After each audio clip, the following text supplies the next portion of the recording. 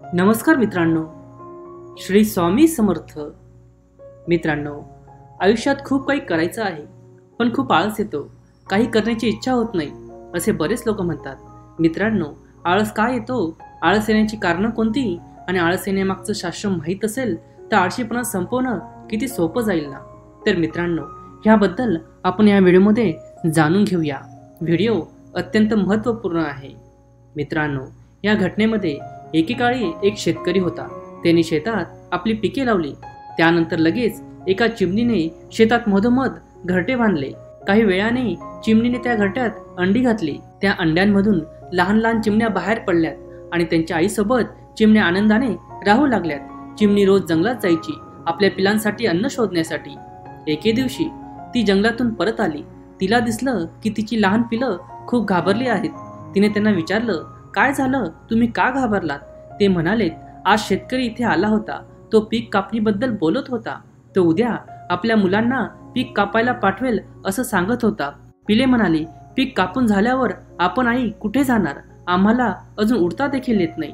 तिच्या मुलांचं बोलणं ऐकून आई चिमणी म्हणाली, काळजी करू नका, उद्या कोणीही पीक कापायला येणार नाही म्हणून घाबरू नका. दुसऱ्या दिवशी चिमणी म्हणाली, तसंच झालं, पीक कापायला कोणीच आलं नाही. असेच अनेक दिवस गेले, पण पीक कापायला कोणीही आलं नाही. सर्व काही सुरळीत चाललं होतं. चिमणीची पिलंही खूप आनंदात होती. परत एके दिवशी चिमणी जंगलातून परत आली. तिला पुन्हा तिच्या मुलांचं तोंड पाहून धक्काच बसला. ते खूप घाबरले होते. पुन्हा चिमणीने त्यांना त्यांच्या भीतीचे कारण विचारलं. ते म्हणाले, आई, शेतकरी आज इथे आला होता. तो पुन्हा पीक कापणीबद्दल बोलत होता. तो म्हणत होता, उद्या काही मजुरांना पीक कापायला पाठवेल. पिलांचं ऐकून चिमणी म्हणाली, मुलांनो, काळजी करू नका, उद्या कोणीही पीक कापायला येणार नाही. दुसऱ्या दिवशी त्याचप्रमाणे पुन्हा घडले. पीक कापायला कोणीही आले नाही. असे दिवस गेले. एके दिवशी चिमणी जंगलातून परत आली.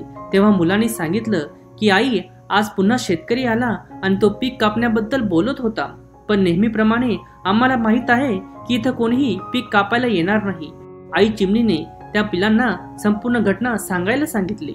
पिलं म्हणाली, आई, आज शेतकरी परत येथे आला होता. तो सांगत होता की त्याने इतरांवर अवलंबून राहण्यात आपला बराच वेळ वाया घालवला.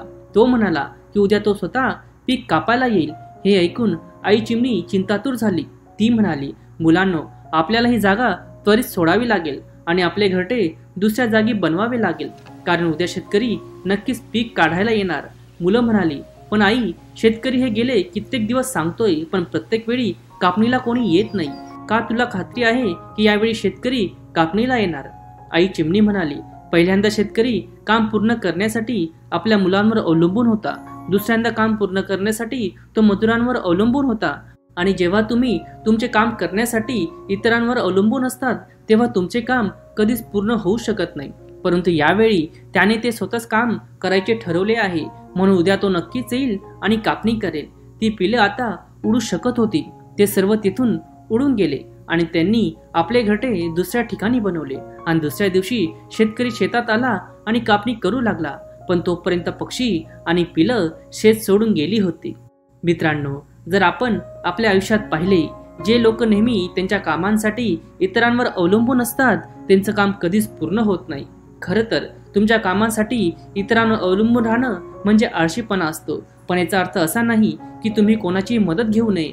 मदत मागणे चुकीचे नाही, पण जर कोणाला कोणतेही काम सुरू करायचे असेल किंवा वेळेत करायचे असेल तर ते काम स्वतःच केले पाहिजे, कारण स्वतःच्या मदतीचा आदर नेहमीच केला जातो.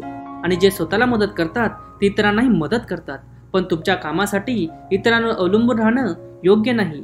त्यामुळे तुमच्या आयुष्यात काही स्वप्न असेल तर ते स्वप्न पूर्ण करण्यासाठी कधी इतरांवर अवलंबून राहू नका आणि ते स्वतःच करा. तुम्ही नेहमी यशस्वी व्हाल. मित्रांनो, जाण्याआधी मी परत एकदा सांगेल, आपल्या प्रेमाबरोबर, आपल्या परिवारासोबत, आपल्या मेहनतीने असं करून दाखवा की जगाला वाटेल करावं तुमच्यासारखं. धन्यवाद. श्री स्वामी समर्थ.